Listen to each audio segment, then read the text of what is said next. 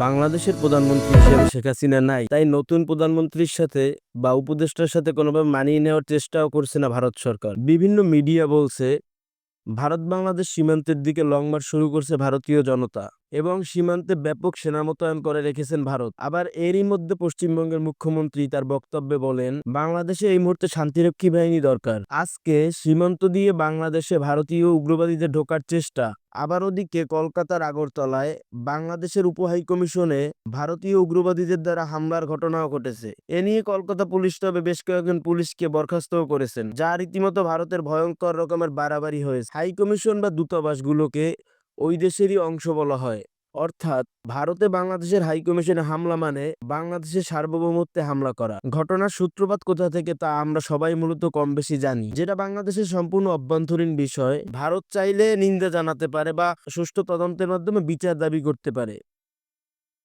চিন্ময় কৃষ্ণ দাসের গ্রেপ্তারের ইস্যুর মাধ্যমে সুকৌশলে বাংলাদেশে একটি ধর্মীয় দাঙ্গা লাগাতে চেয়েছিল এবং বাঙালি মুসলিমরা সর্বোচ্চ ধৈর্যের পরিচয় দিয়েছেন, যার ফলে কোনো সাম্প্রদায়িক দাঙ্গার সৃষ্টি হয়নি। যার ফলে বাঙালি মুসলমানরা সর্বোচ্চ ধর্মীয় সৌন্দর্যের পরিচয় দিয়েছে। এরপর আসি ভারত প্রসঙ্গে। খোদ ভারতেই চরম পর্যায়ে মুসলিম নির্যাতন হয়। প্রচুর পরিমাণে মুসলিম বিদ্বেষী দেশ জায়গায় জায়গায় প্রায়শই মসজিদ ভাঙ্গার মতো ন্যাক্কারজনক ঘটনা ঘটায়। মণিপুরের সাম্প্রদায়িক দাঙ্গা সারা বিশ্ব জানে, অথচ তারা বাংলাদেশের অভ্যন্তরীণ ব্যাপারে অতিরিক্ত নাক গলায়, যা অত্যন্ত ঘৃণিত কাজ। হয়তোবা হতে পারত চিন্ময় কৃষ্ণ দাসকে গ্রেপ্তারের পর ভারতীয় হাইকমিশন বাংলাদেশে থাকা দূতাবাসের মাধ্যমে এর একটি বিচার কার্য পরিচালনা করা বা বিচার কার্য পরিচালনা করার জন্য অনুরোধ করা।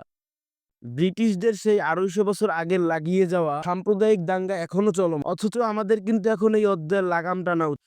সাম্প্রদায়িক দাঙ্গা এবং এই ভয়ঙ্কর পর্যায়ের ঘৃণিত কাজগুলো তৈরি হচ্ছে, এর ফলে দুদেশের সম্পর্ক বিনষ্ট হচ্ছে এবং দিন দিন সাম্প্রদায়িকতা বেড়েই চলছে। এর একটা সুস্পষ্ট লাগাম টানা উচিত। দেখা যাক পরবর্তী দিনে রাজনীতিবিদদের সিদ্ধান্ত কি হয়, ভারত সরকার কি সিদ্ধান্ত নেয় বা বর্তমান বাংলাদেশে থাকা অন্তর্বর্তীকালীন সরকারের সিদ্ধান্ত কি আসে। আজকের ভিডিও এ পর্যন্তই। সকলকে ধন্যবাদ। আসসালামু আলাইকুম।